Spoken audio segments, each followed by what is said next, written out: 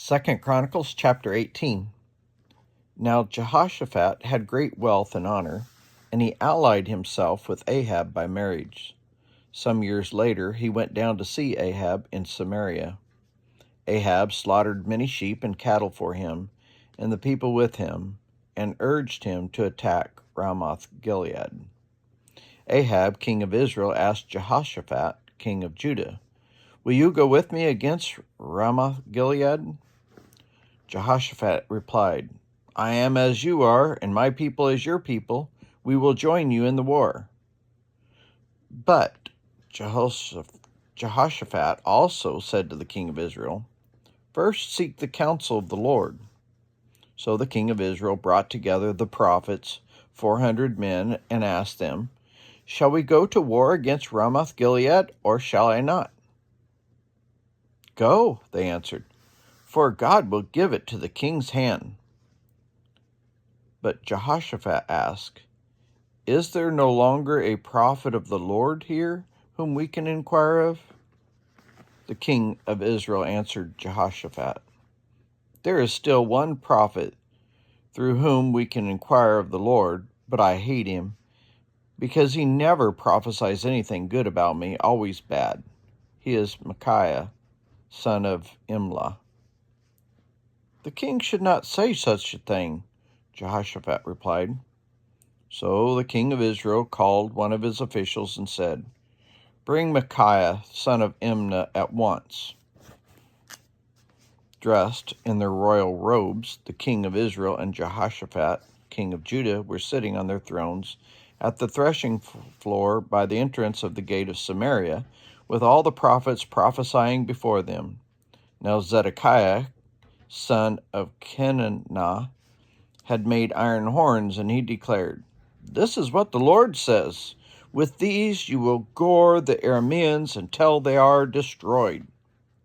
All the other prophets were prophesying the same thing. "Attack Ramoth-Gilead and be victorious," they said, "for the Lord will give it into the king's hand." The messenger who had gone to summon Micaiah said to him, "Look, the other prophets, without exception, are predicting success for the king. Let your word agree with theirs and speak favorably." But Micaiah said, "As surely as the Lord lives, I can tell him only what my God says."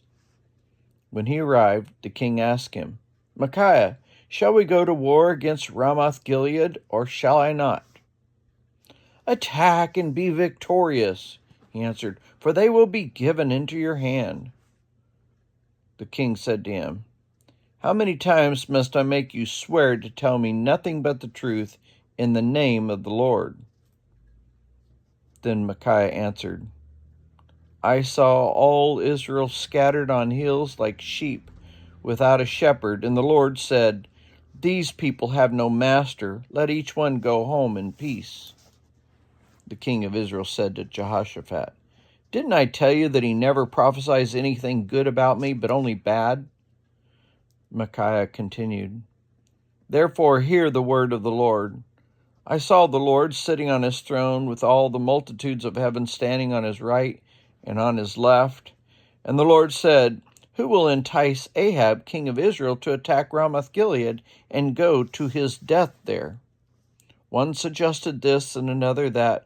Finally, a spirit came forward and stood before the Lord and said, 'I will entice him.' 'By what means?' the Lord asked.